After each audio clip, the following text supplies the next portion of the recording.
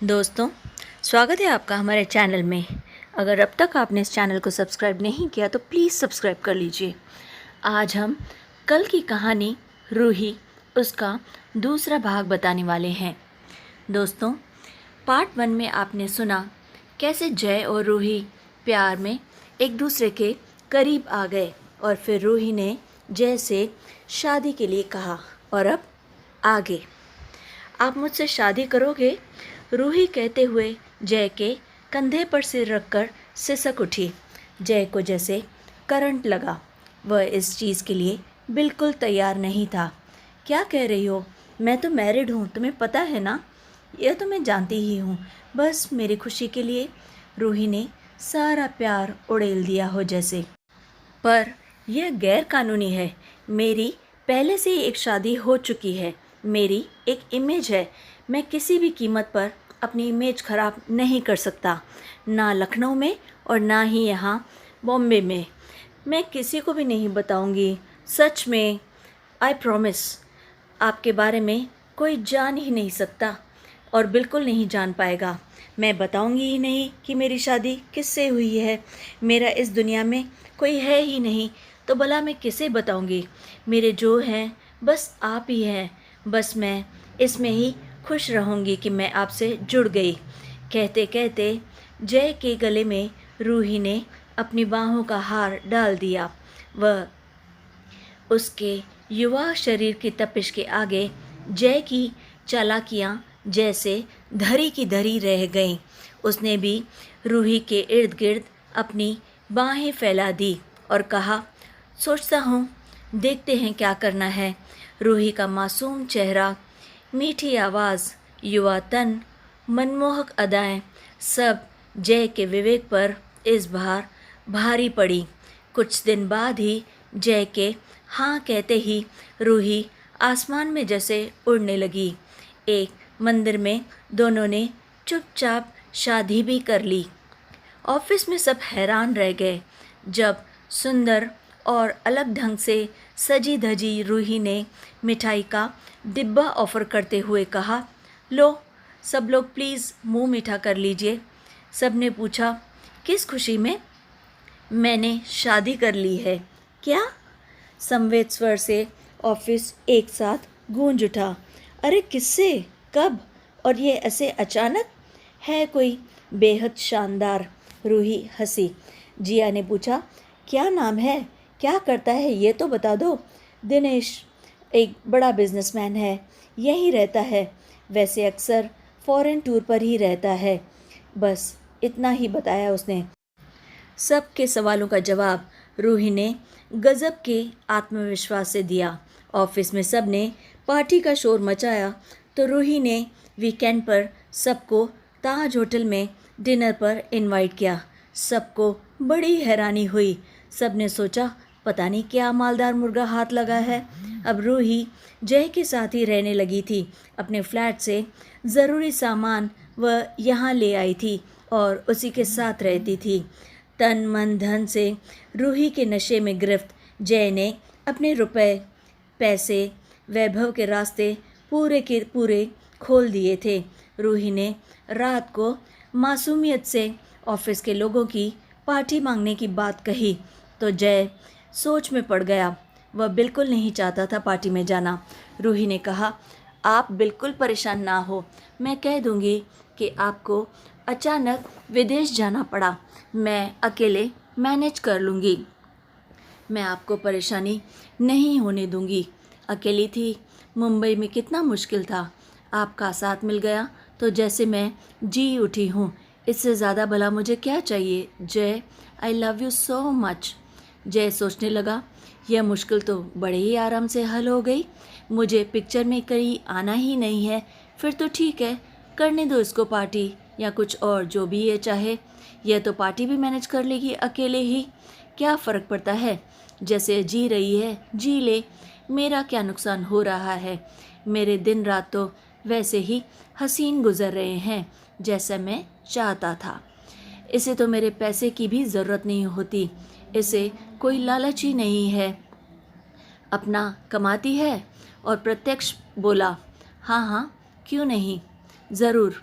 रूही, यह कार्ड रख लो, पार्टी का पूरा पेमेंट इसी से करना, अपना खर्च भी इसी से करना, मेरा भी तो कुछ फ़र्ज़ बनता है, आखिर पत्नी हो तुम मेरी और हमारी नई नई शादी हुई है, कहकर शरारत से जय उस पर झुक गया तो रूही हंस दी।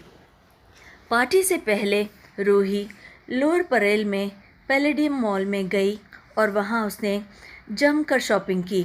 गज़ब की महंगी डिज़ाइनर ड्रेस खरीदी, एक डायमंड सेट भी खरीदा और लुई विटॉन की चप्पल। घर आकर चेहरा दुखी करके बोली, सॉरी जय, मैंने बहुत खर्च कर दिया ना। अरे नई नई दुल्हन हो, इतना तो बनता है, कमाल की लगोगी तुम पार्टी में। जय ने भी उसका साथ दिया और हंस पड़ा। पार्टी में रूही किसी सेलिब्रिटी से कम नहीं लग रही थी। सबने उसके पति के बारे में पूछा तो उसने मुस्कुराते हुए कहा, उन्हें अचानक टूर पर जाना पड़ा है। सबको जैसे हैरत का एक झटका सा लगा। रूही ने अच्छे होस्ट की तरह सबका खूब ध्यान रखा, हर किसी को अच्छे से सब सर्व करने लगी। सब हैरान तो थे, पर पार्टी भी अच्छी ही चल रही थी। इस महंगी जगह पर सब लोग अब तक कभी भी नहीं आए थे, इसलिए वो पार्टी खूब एंजॉय कर रहे थे। अगले दिन रूही ने ऑफिस से छुट्टी ली। ऑफिस में सब पूरा दिन यही बात कर रहे थे, उसी के बारे में काफ़ी सारी बातें हो रही थी। सीमा ने दबे स्वर में कहा, दूल्हा तो बड़ा बिजनेसमैन लग रहा है भाई, रूही के ठाठ तो देखो, दिन ब दिन रख रखाव ही बदल गए। कल ड्रेस और ज्वेलरी देखी थी, बाप रे कितनी भारी थी।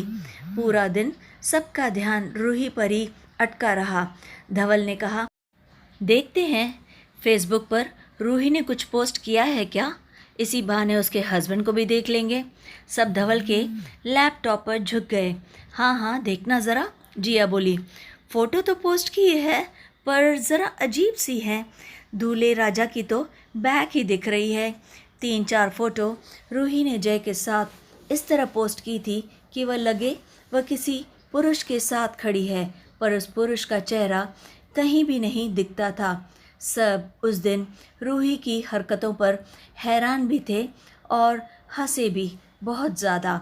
जय ने कुछ ही दिनों में काफ़ी परिवर्तन नोट किए। वह रूही को लगातार नोट कर रहा था। वह अब धड़ल्ले से शॉपिंग करती। पहले की मितभाषी मितव्ययी रूही का यह दूसरा ही रूप अब जय के बिल्कुल सामने था। लड़कियों पर पैसे उसने पहले भी उड़ाए थे, पर रूही के जलवे उसे अलग ही महसूस हो रहे थे, सब लड़कियों से बिल्कुल अलग। फिर अचानक एक ऊंची उड़ान भरी रूही ने, और तब जय थोड़ा सा परेशान हुआ। रूही ने कहा, सोच रही हूँ एक सी फेसिंग फ्लैट ले ले। जय बुरी तरह चौंका, क्या? ज़रूरत ही नहीं, यह फ्लैट है ना? नहीं, मेरे नाम से। मैं सोच रही हूँ मेरे नाम से तुम फ्लैट ले लो। पर क्यों? जय को बड़ा झटका लगा। बस ऐसे ही मूड आया मेरा। ये मुंबई है मेरी जान, यहाँ फ्लैट करोड़ों के भाव मिलते हैं। यूँ ही मूड होने से फ्लैट नहीं लिया जाता, और वो भी सी फेसिंग, करोड़ों का होगा। हाँ पता है मुझे, आजकल प्रॉपर्टी साइट्स की तो देख रही हूँ मैं, और आपके लिए कुछ भी मुश्किल नहीं है जय, मैं अच्छी तरह जानती हूँ। कहते कहते रूही ने हमेशा की तरह जय पर अपनी वही अदाएं शोखियाँ दिखाई कि जय बिल्कुल चुप हो गया और उसकी बोलती बंद हो गई। पर आज जय अचानक मन ही मन थोड़ा सा चौकन्ना हुआ। अब दोनों के तथाकथित विवाह को 8 महीने बीत रहे थे। दिन भर रूही जय को प्रॉपर्टी के कई लिंक्स भेजती रहती। जय का दिमाग अब चकराने लगा था। अब वह थोड़ा सा चेता और चौकन्ना हुआ। अब तक वह सब कुछ नज़रअंदाज कर रहा था, और रूही अपने पुराने फ्लैट पर जाती, कुछ सामान रखती, उठाती, रहती, उसका किराया खुद भरती। मेड कांता पर रूही की इस खास इनायतें थी। क्यों थी, कैसे थी, कब से हो गई, इसकी खबर जय को नहीं लग पाई थी। रूही ने अपने नाम से फ्लैट लेने की जिद पर अब जब जय चौकन्ना हुआ, रूही के साथ शारीरिक संबंधों से मिले आनंद को एक तरफ रख कर बाकी चीज़ों के बारे में सोचने लगा, तो उसे स्थिति की गंभीरता अब जाकर समझ में आई। नहीं, सब कुछ इतना सिंपल तो नहीं है जितना वह सोच रहा है। इस समय ऑफिस में बैठे बैठे अचानक तनाव में घिरा उठकर इधर से उधर अपने ऑफिस में टहलने लगा। उसे अब थोड़ा बहुत शक होने लगा था। रूही के फ़ोन पर आज पहली बार उसके माथे पर त्योरियां उभरी। जैसे ही जय ने हेलो कहा, रूही ने कहा, जय, मैं आपके ऑफिस पहुंच रही हूँ। मैंने एक फ़्लैट पसंद किया है। जय कुछ कहे इससे पहले ही रूही ने फ़ोन काट दिया। जय को पहली बार उस पर बहुत गुस्सा आया। उसके नखरे बढ़ते ही जा रहे थे। जय के मना करने के बावजूद पहले भी रूही एक दो बार ऑफिस आ चुकी थी, इसलिए जय की सेक्रेटरी हेमा ने उसे डायरेक्ट अंदर भेज दिया। रूही ने आते ही कहा, चलो जय, आप भी फ्लैट देख लो, मुझे तो बहुत ज़्यादा पसंद आया है, हमें वही फ्लैट लेना चाहिए। अपनी नाराज़गी मन में रखते हुए जय हौले से मुस्कुराया, पर रूही, ज़रूरत क्या है इन सब चीज़ों की? ज़रूरत नहीं, मेरी इच्छा है कि एक फ़्लैट आप मेरे लिए ले लो, बस और क्या। पर फ्लैट तो है ना जिसमें हम दोनों रहते हैं। कभी तुम्हारी फैमिली आ गई तो तब मैं कहाँ रहूँगी? सोचा है तुमने कभी? जय कहीं अंदर अब सचेत था। बोला, रूही, आज नहीं, कुछ दिन बाद देखेंगे। आज मैं ज़रा बिज़ी हूँ। अभी मुझसे मिलने एक नया डिस्ट्रीब्यूटर आने वाला है। मैं कहीं भी नहीं जा सकता अभी। ओके, बाद में चलेंगे, कहकर शराफत से रूही मुस्कुरा दी। थोड़ी देर बाद रूही वहाँ से चली गई। जैसे ही वह जय के केबिन से निकली, हेमा का फ़ोन अंदर आया। सर, मिस्टर प्रथमेश आ गए हैं, क्या उन्हें अंदर ऑफिस में भेज दूं? जय के हाँ कहने पर वे अंदर आ गए। करीब 35 वर्षीय प्रथमेश ने आकर शिष्टतापूर्वक अपना परिचय दिया। फिर थोड़ा संकोचपूर्वक पूछा, एक्सक्यूज़ मी सर, अगर आप बुरा न माने तो एक बात पूछ सकता हूँ आपसे? श्योर, पूछिए ना, क्या पूछना है? अभी अभी मैडम जो निकली हैं यहाँ से, उनका नाम रूही मेहरा है ना? जय थोड़ा सा सतर्क हो गया। जय को जैसे करंट सा लगा। यह नया डिस्ट्रीब्यूटर कैसे जानता है इसे? आप जानते हैं उन्हें? जी, मैं भी भिलाई से हूँ और रूही भी वहीं से मुंबई आई है। प्रथमेश के सर्द गंभीर से स्वर से जय के चेहरे पर जैसे हवाइयाँ सी उड़ गई। रूही और जय के बीच चल रहा खेल अब अपने आप ही एक नया मोड़ लेने वाला था और अपने चरम पर पहुंच चुका था। दोनों के सारे पासे फेंके जा चुके थे, पर देखना यह है कि किसका पासा उल्टा पड़ेगा। अपनी सेक्रेटरी को 2 कप कॉफ़ी के लिए कहकर जय ने प्रथमेश के साथ बैठकर प्रत्यक्षतः तो थोड़ा सहज होने का उपक्रम करके अपने स्वर को भरसक सामान्य रखते हुए कहा, हाँ हाँ, ये जूही मेहरा ही है। आप जानते हैं क्या उसे? जी हाँ, अच्छी तरह से। मैं इन्हें बहुत ही ज़्यादा अच्छी तरह से जानता हूँ। क्या ये आपके ऑफिस में ही काम करती है? अरे नहीं नहीं, ये तो मेरे दोस्त के ऑफिस में काम करती है। बस यहाँ कुछ काम था उसे, इसलिए मुझे भी जानती है। यहाँ पास ही हमारे ऑफिस से गुज़र रही थी, तो इसलिए मुझे भी हेलो बोलने के लिए आ गई थी, और कुछ नहीं। हम लोग रूही के बारे में ज़्यादा नहीं जानते। मेरे दोस्त के ऑफिस में नई आई है। आप कुछ जानते हैं तो बताएं, अच्छा रहेगा, मैं अपने दोस्त को भी बता दूंगा। जय ने अपने प्रभावशाली लहजे में कहा। प्रथमेश जय के व्यक्तित्व से काफ़ी प्रभावित हुआ था, इसलिए उसने रूही के बारे में बताना शुरू किया।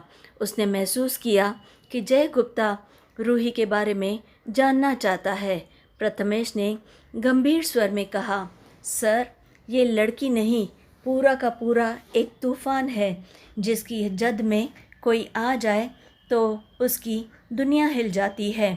भिलाई में इसके पेरेंट्स, भाई बहन सब हैं।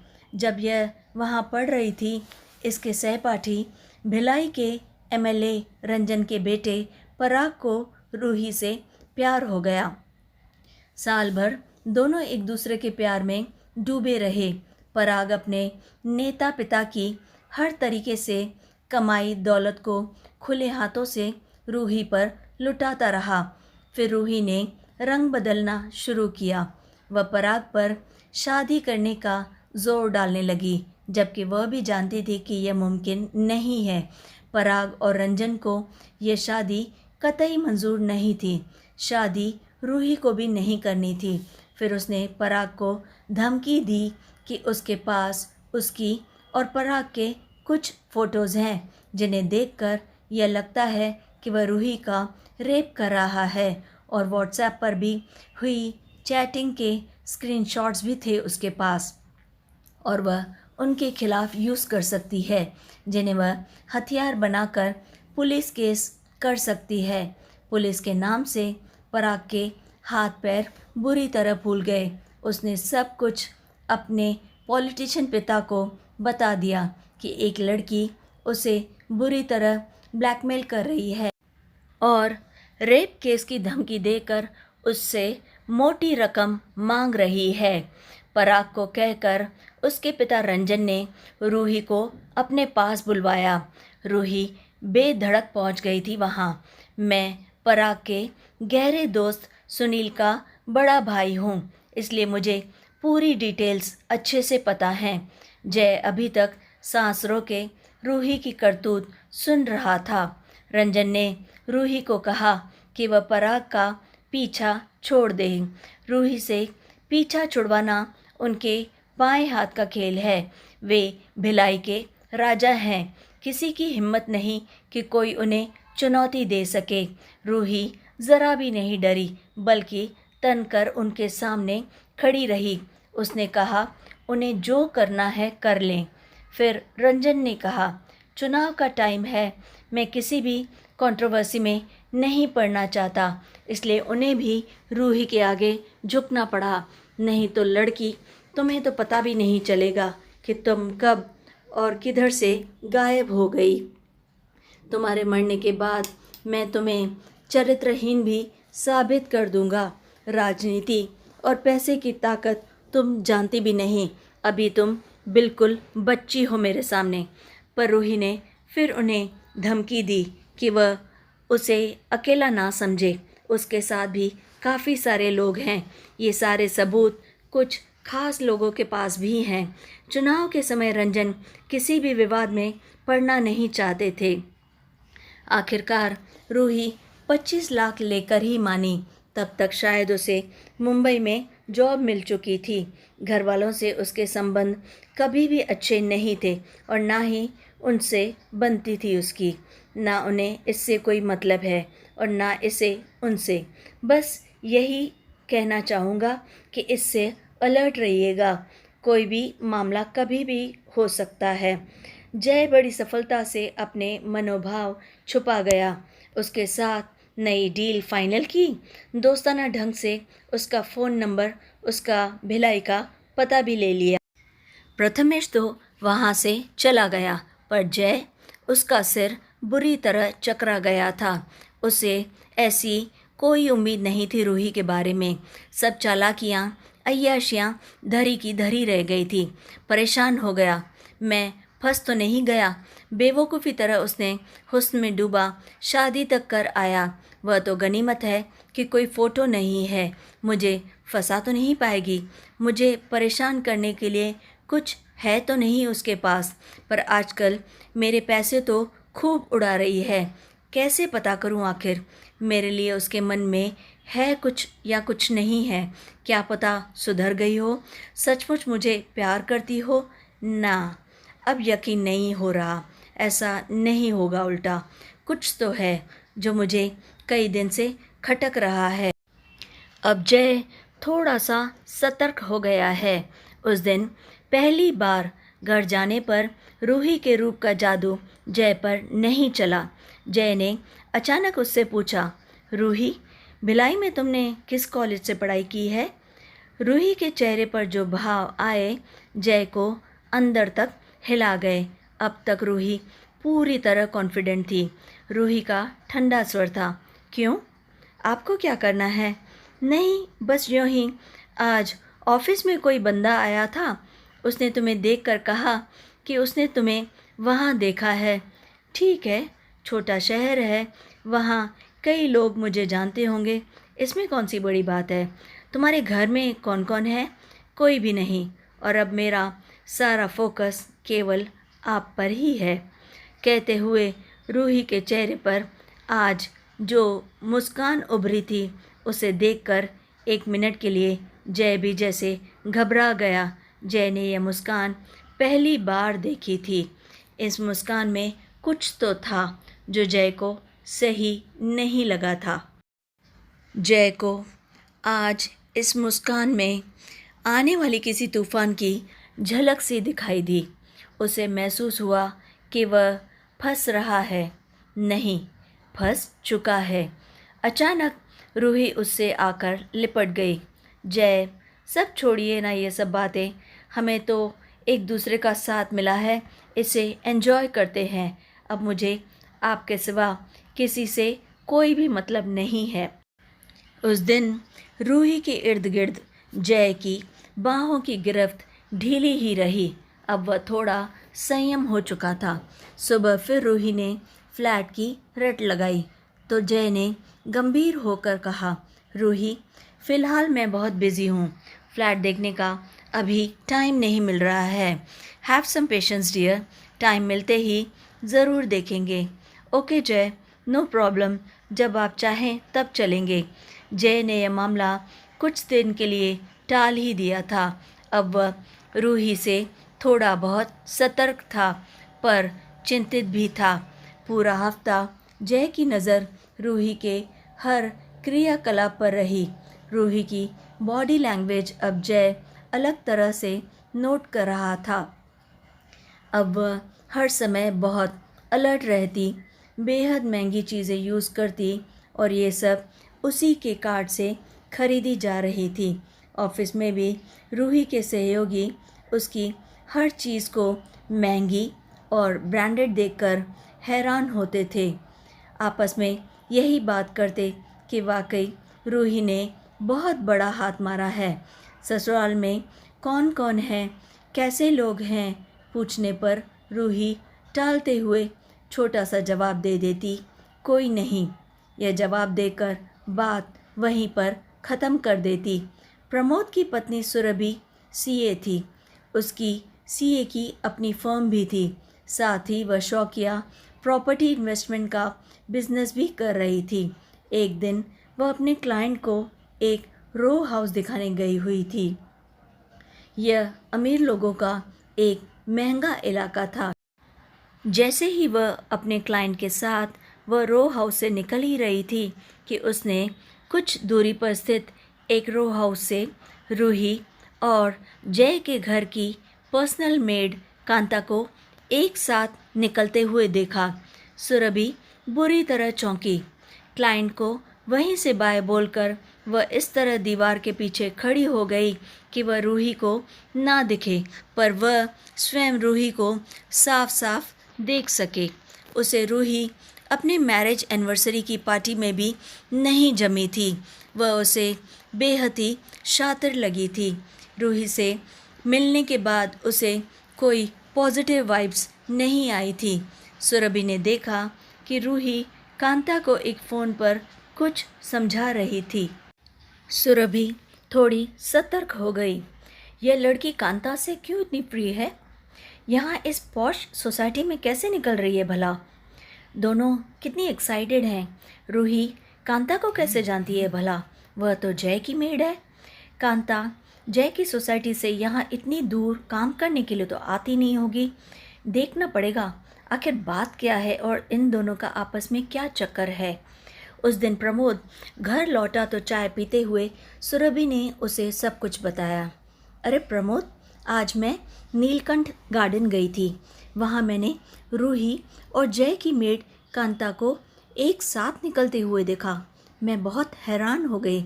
रूही कांता को एक फ़ोन में कुछ समझा भी रही थी।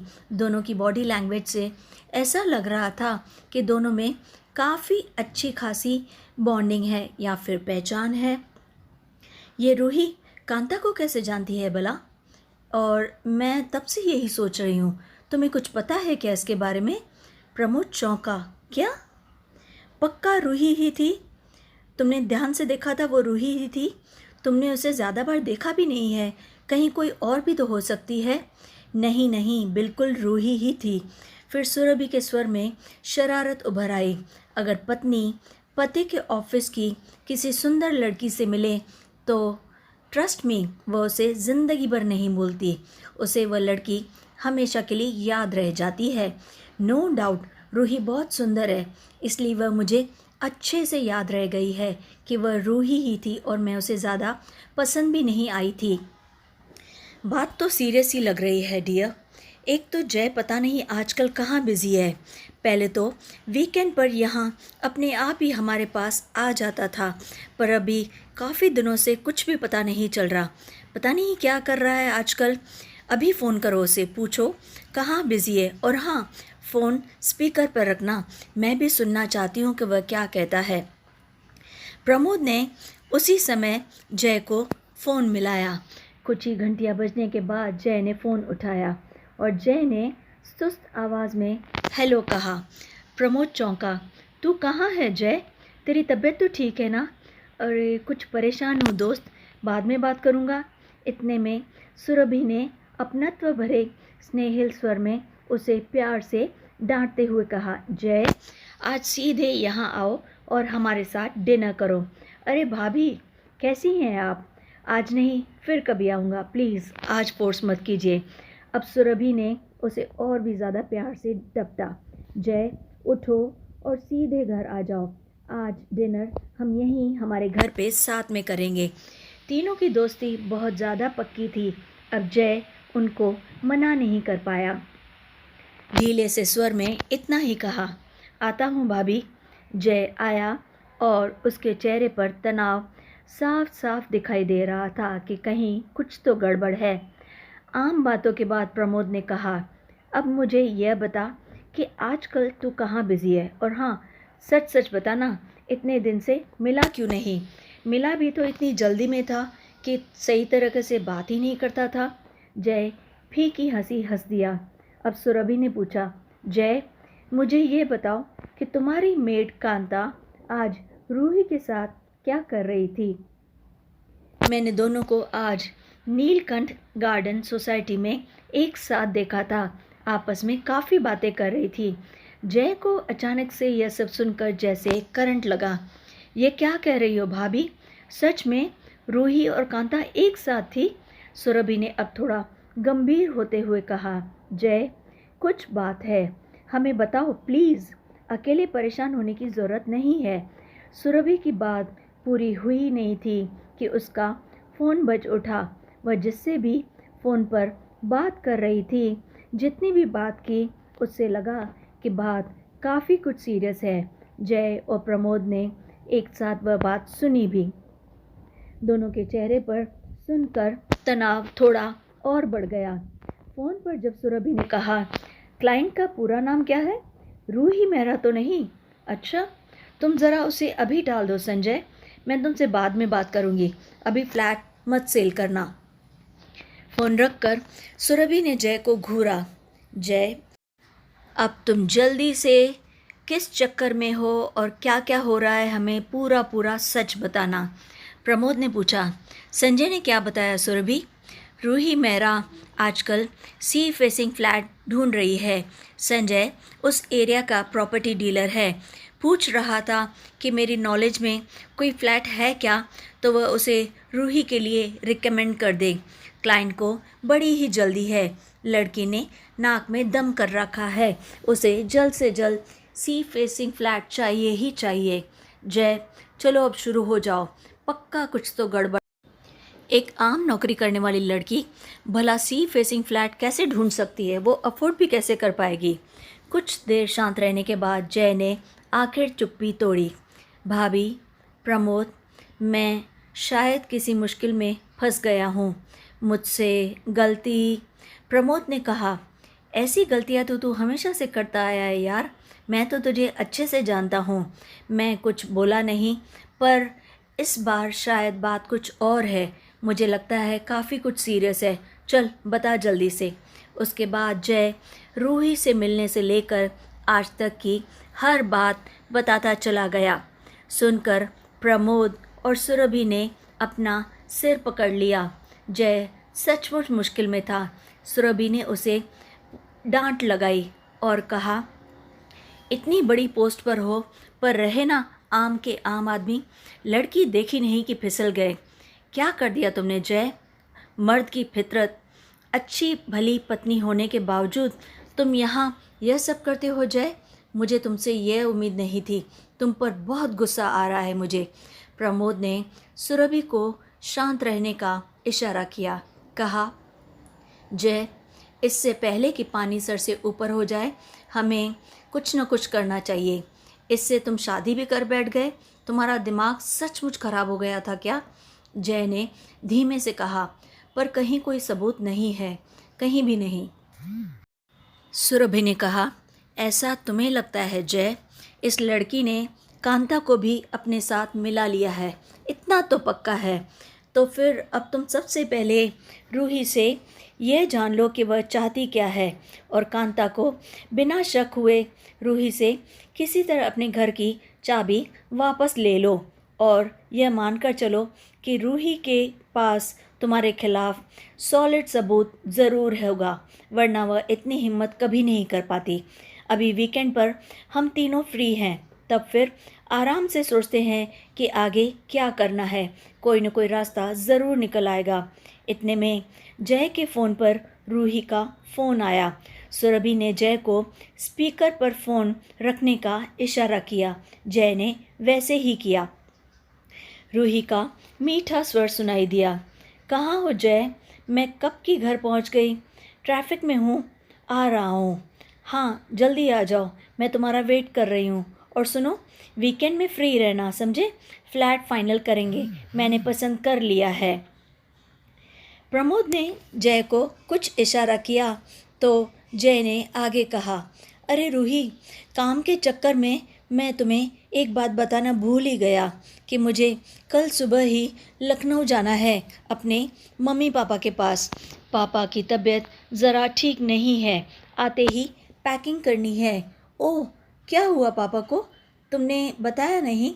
पता नहीं, जाकर देखता हूँ तो फिर पता चल जाएगा कि कैसी तबीयत है उनकी। जय के फ़ोन रखने पर सुरभि ने कहा, यह अच्छा किया, इस वीकेंड तुम यहीं रहना हमारे पास। सुबह ही यहाँ आ जाना, मिलकर सोचते हैं कि आगे का प्लान क्या रहेगा और हमें क्या क्या करना है। डिनर करके जय जब अपने घर पहुँचा तो रूही के चेहरे पर कुछ झलाहट के भाव थे, पर वह प्रत्यक्ष जय को उसके पापा की चिंता करते हुए दिखाई दी। अचानक जय ने कहा, ओह, मैं अपने घर की चाबी आज ऑफिस में भूल आया। न जाने कैसे हो गया मुझसे। तुम मुझे ज़रा अपनी चाबी दे देना और मेरे पीछे से ना एक काम करना, तुम अपने फ्लैट में ही रुकना, यहाँ इस फ्लैट में मत आना। हो सकता है मुझे पापा को यहाँ दिखाने के लिए लाना पड़े, किसी डॉक्टर वगैरह को विज़िट करने के लिए। रूही ने अपना गुस्सा बड़े ही जतन से संभाला और वह लगभग शांत रही।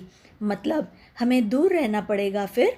नहीं डियर, पक्का तो कुछ भी नहीं है, बस तुम भी सुबह मेरे साथ ही निकल जाना। और हाँ, कांता को भी फ़ोन करके मना कर दो कि अभी यहाँ नहीं आए, जब काम होगा तब उसे बुला लेंगे। रूही उदास चेहरा करके जय से लिपट गई। यह सब अचानक क्या हो रहा है जय? मुझे तो समझ में ही नहीं आ रहा। तुम्हें जाना पड़ रहा है, अब हम कब मिलेंगे? कहाँ मैं वीकेंड पर क्या क्या प्लान्स लेके बैठी थी कि हमें क्या क्या करने की सोच रही थी। जय ने भी उसे अपनी बाहों में भर लिया। वह नहीं चाहता था कि रूही को इस वक्त उसे कोई भी शक हो उस पर। रूही और कांता से फुर्सत पाकर जय सुबह सुबह अपना ज़रूरी सामान लेकर प्रमोद के घर आ पहुंचा। उसने आते ही प्रमोद को रात वाली सारी बातें बताई। घर की चाबी वापस ले ली है और कांता की छुट्टी कर दी है। इतना जानने के बाद प्रमोद और सुरभि ने कहा, चलो गनीमत है, अब आगे की प्लानिंग कर लेते हैं कि आगे क्या क्या करना है। फिर सुरभि ने एक फ़ोन मिलाया। बहुत देर तक किसी से दोस्ताना लहजे में लगातार बात करती रही और कुछ पूछताछ भी। फ़ोन रखकर बोली, रूही जिस घर में रहती है वहाँ की सोसाइटी के चेयरमैन राजीव को मैं अच्छी तरह से जानती हूँ। राजीव को मैंने ही वहाँ घर दिलवाया था। उसने अभी बताया है रूही जिस घर में रहती है वह पूरा बंद है, यानी रूही वहाँ नहीं पहुँची है। मकान मालिक विदेश में रहते हैं। रूही एक बेडरूम, किचन, बाथरूम यूज़ करती है। राजीव के पास उस घर की डुप्लीकेट चाबी है। राजीव ने हमें रूही का घर खोलकर चेक करने की परमिशन दे दी है। वह मेरा दोस्त है इसलिए। अब रूही जब मंडे को ऑफिस जाएगी तो उसका रूम चेक कर लेते हैं। हो सकता है हमें कोई सबूत मिल जाए तुम दोनों के खिलाफ। कुछ ना कुछ तो ज़रूर मिलेगा। इसके बाद वह सोचने लगे कि क्या करना है। जय ने वीकेंड प्रमोद के घर पर ही बिताया। संडे की शाम रूही के फ़ोन से तीनों का प्रोग्राम कुछ डगमगा सा गया। थोड़ी सी गड़बड़ हो गई। रूही ने कराते हुए कहा, जय मैं रोड पर एक बाइक से टकरा कर गिर गई हूँ। चलने में दर्द है। शायद कल मैं ऑफिस ना जा पाऊँ। यह कहते उसने फ़ोन रख दिया। जय ने दिखावटी चिंता दिखाते हुए उससे बातें की। फ़ोन रखने पर जय ने कहा, अब वह कल ऑफिस नहीं जाएगी। फिर तो हमारा प्रोग्राम लगभग कैंसिल। कोई बात नहीं, यह भी अच्छा है। इसकी गैर हाजिरी में ऑफिस के लोगों से इसके बारे में पूछताछ करता हूँ। देखता हूँ शायद कोई नई बात और काम की बात पता चल जाए। उन लोगों को इसके बारे में शायद क्या क्या जानकारी है, कुछ खोज खबर निकालता हूँ उनसे भी। पर तुम अभी ऑफिस तो जा नहीं पाओगे, यहीं रहो हमारे घर में, बस इससे ज़रा दूर रहो। इसे फ़ोन पर बताते रहना कि तुम लखनऊ में ही हो ताकि वह निश्चिंत रहे। और मंडे को प्रमोद हल्के फुल्के मूड में ऑफिस के लंच टाइम में कैंटीन में पहुंच गया, जहां पर उसका पूरा स्टाफ एक साथ लंच कर रहा था और खुशदिली से सबसे बोला, आज मैं भी तुम लोगों के साथ लंच करूंगा। सब ने मुस्कुराकर उसका वेलकम किया और सब एक बड़ा घेरा बनाकर बैठ गए जैसे बातचीत करने में आसानी हो। प्रमोद एक सहृदय जॉली नेचर का बॉस था। सब उसे खूब पसंद करते थे, उसकी कंपनी को एंजॉय करते थे। हल्की फुल्की बातों के बीच उसने अचानक से पूछा, अरे आज रूही कहाँ है, दिखाई नहीं दे रही है।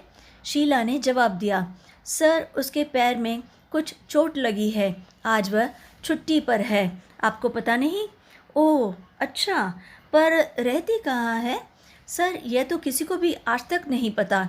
अरे तुम लोग तो उसकी शादी की पार्टी में भी गए थे ना, तो उसे तो अच्छे से पहचानते होंगे। और उसके हस्बैंड को उसे पहचानते हो? कैसी थी पार्टी? इस बात पर सब ने एक दूसरे को देखा और सबको एक साथ हंसी आ गई। प्रमोद मुस्कराया, क्या बात है भाई, इतने राजदाराना ढंग से सब मुस्करा रहे हो, कुछ तो है, बताओ ज़रा। मनीषा बोली, सर उसका हस्बैंड तो नहीं था पार्टी में। अरे यह क्या बात हुई, उसकी शादी की पार्टी और उसका हस्बैंड ही नहीं था?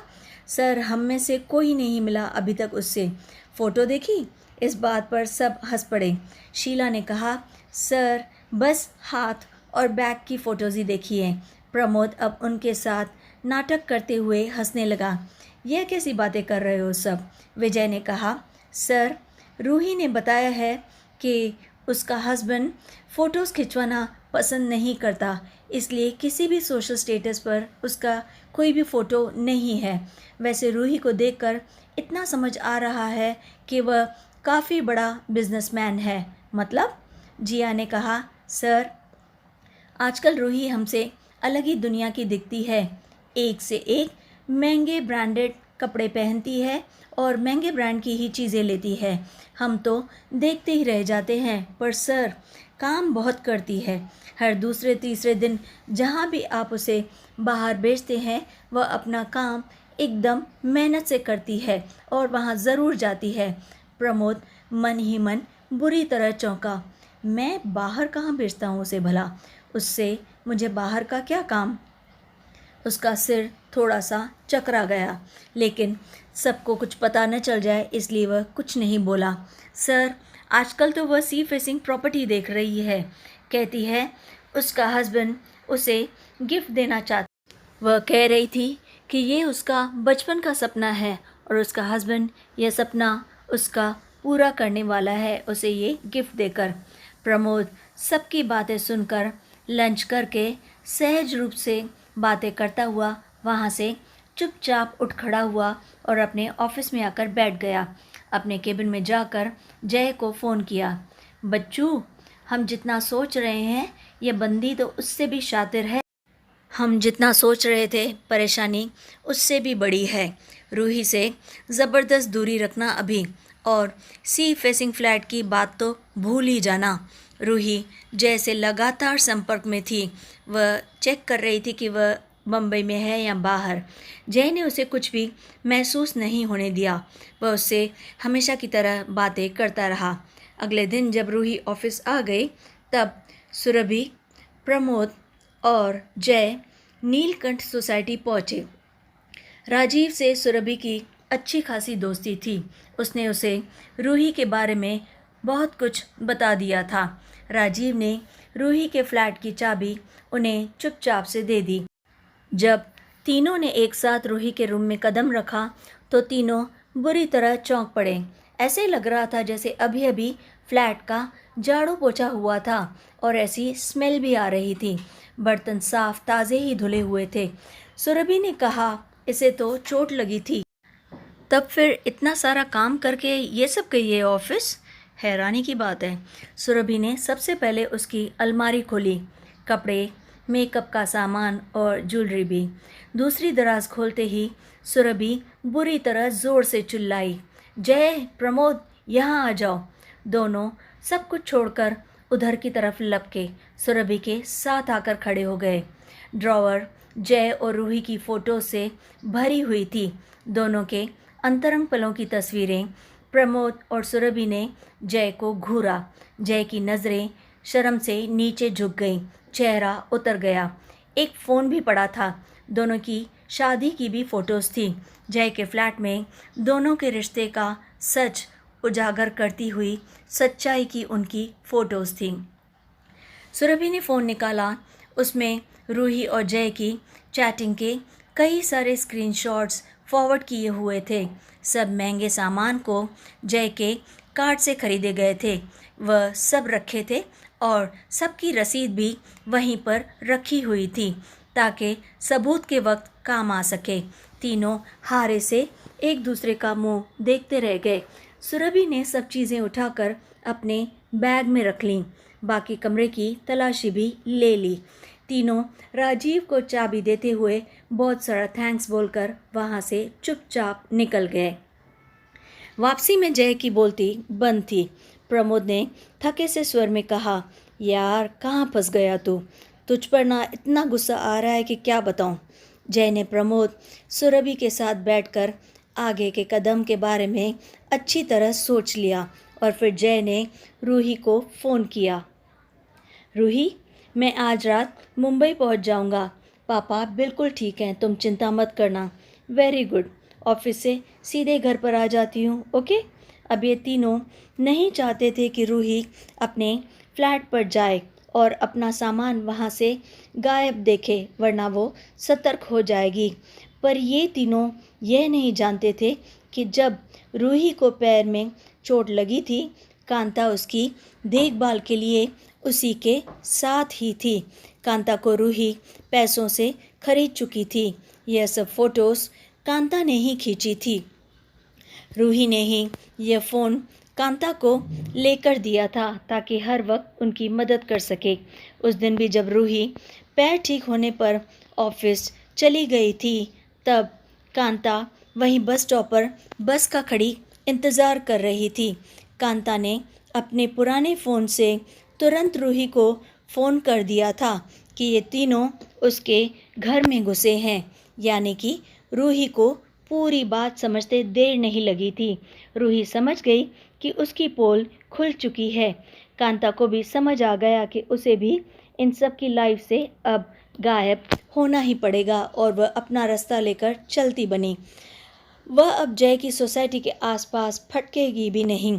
पुलिस का कोई चक्कर उसे चाहिए ही नहीं था। रूही को अपना दांव खाली जाते देखकर थोड़ी देर के लिए तो सदमा लगा। वह गुस्से में तिल मिला रही थी, पर जो उसके साथ इतने महीने मौज करता रहा वह भी तो इतनी आसानी से साफ नहीं बच पाएगा। वह मन ही मन कुछ प्लान करती हुई सोच रही थी। वह सोच रही थी कि ये बड़े अमीर रंगीन मिजाज पुरुष किसी भी लड़की के साथ रंगरलियां मनाकर अपनी पोजीशन सेफ रखने के लिए कुछ भी कर सकते हैं, किसी भी हद तक जा सकते हैं और कुछ भी करने के लिए तैयार हो जाते हैं। जय जैसे अय्याश आदमी को सबक तो मैं भी सिखा कर ही जाऊंगी। बच्चू याद रखेगा आखिर किससे पाला पड़ा था। फिर उसने काफ़ी सोचा और जय को सबक सिखाने के लिए एक योजना मन ही मन बना ली।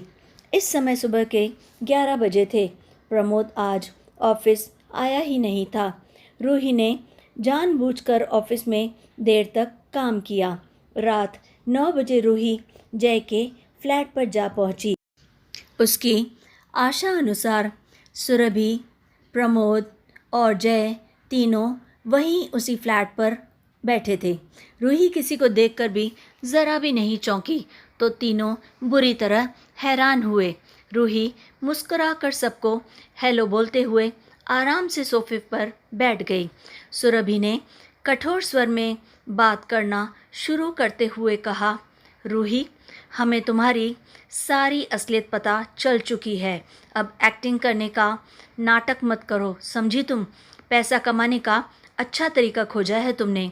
रूही बस मुस्कुराई तो सुरभि को और भी गुस्सा आया। बेशर्म लड़की, यहाँ से हमेशा हमेशा के लिए दफ़ा हो जाओ, निकल जाओ यहाँ से। जय ने भी अब कहा, रूही बहुत हुआ, अब यहाँ कभी मत आना, नहीं तो तुम ही बुरी फंसोगी, समझी? कुछ मेरा कुछ भी नहीं जाएगा, ये समझ लो बात तुम अच्छे से। प्रमोद ने कहा, ऑफिस भी मत आना, समझी तुम? रिज़ाइन कर दो वरना मैं ही तुम्हें फायर कर दूंगा। रूही तीनों का मुंह देख रही थी। उसके होठों पर एक रहस्यमयी मुस्कान थी। बार बार घड़ी की ओर देख रही थी। ये तीनों कुछ भी समझ नहीं पा रहे थे कि आखिर बात क्या है कि अचानक डोरबेल बजते ही वह हंस पड़ी। जय, दरवाज़ा तुम खोलना चाहोगे या मैं खोलूं? तीनों उसकी हंसी पर ज़रा से गंभीर हुए। जय ने बेचैनी से दरवाज़ा खोला। सामने अपनी बीवी शिल्पा को देखकर तीनों को जैसे एक साथ करंट लगा हो। तुम यहाँ कैसे? रूही हंसी।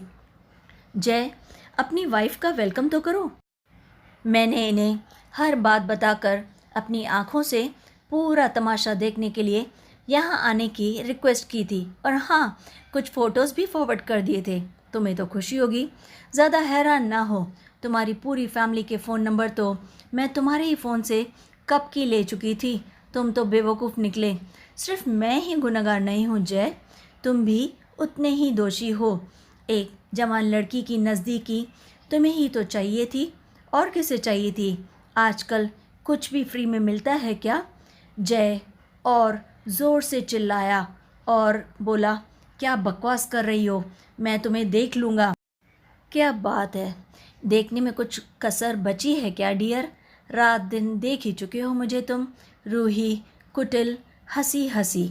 प्रमोद और सुरभि को कुछ समझ ही नहीं आया कि ये सब क्या हो रहा है और वे क्या कहें। रूही हाथ झाड़कर उठ खड़ी हुई। मैं तो अब कभी भी तुम लोगों से मिलना भी नहीं चाहूँगी, यह तो तय है। हाँ शिल्पा जी, जाते जाते एक सलाह देना चाहूँगी मैं आपको।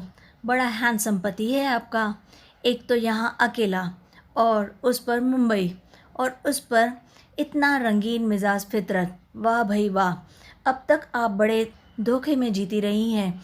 मैं आपको ये बताना चाहती हूँ कि आगे ज़रा संभल कर रहिएगा, अपने पति को संभाल कर रखिए। मैं अकेली ही यह सब झेलती तो मेरे साथ नाइंसाफ़ी हो जाती। आपका पति भी उतना ही दोषी है जितना कि मैं। मेरे किए की सज़ा मेरी पोल खोलकर मिली, तो इसके किए की सज़ा भी तो आपको इसे यहाँ देखकर मिल गई ना। मुझे बहुत खुशी हुई, अब हिसाब बराबर, कहकर हंसते हुए रूही जय की ओर देखते हुए वहाँ से चलती बनी और घर से निकल गई। शिल्पा के अचानक आने से जैसे हालात ही बदल गए थे। उन तीनों की तो जैसे बोलती ही बंद हो गई थी। शिल्पा ने थके से स्वर में बैठते हुए घृणा से कहा, जय, आई हेट यू। मेरी नज़रों से तुम हमेशा के लिए गिर चुके हो। प्रमोद और सुरभि गमगीन से बैठे रह गए। आखिर क्या कहते वे इस वक्त। जय के लिए स्थिति बर्दाश्त के बाहर थी। रूही ने उसकी बरसों की बनाई हुई झूठी इज्जत एक ही झटके में तार तार कर दी थी। उनके शादीशुदा रिश्ते को चकनाचूर कर दिया था। शिल्पा और जय दोनों की निगाहें एक साथ जाकर छत पर टिकी थीं, जहां उन्हें ज़िंदगी और घर में आई दरारें साफ साफ नज़र आ रही थी। तो दोस्तों, कैसी लगी आपको ये कहानी? अगर अच्छी लगे तो लाइक और शेयर ज़रूर कीजिए और हमें कमेंट्स में अपनी राय ज़रूर बताइए, और फिर चैनल को सब्सक्राइब करना ना भूलें। तब फिर लाइक, शेयर एंड सब्सक्राइब।